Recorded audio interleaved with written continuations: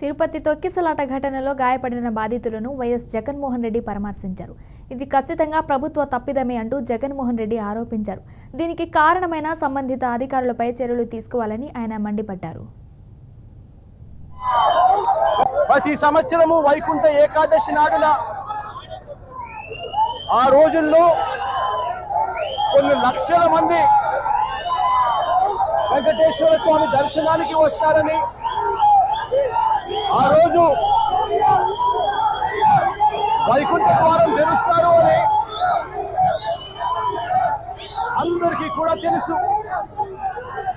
వైకుంఠ ద్వారం తెరవడం అన్నది మహాపుణ్యాన్ని ఇస్తుందని, ఆ పుణ్యం కోసం లక్షల మంది జనాదులు ఆ రోజున వస్తారు తిరుపతికి అని అందరికీ తెలిసిన విషయం.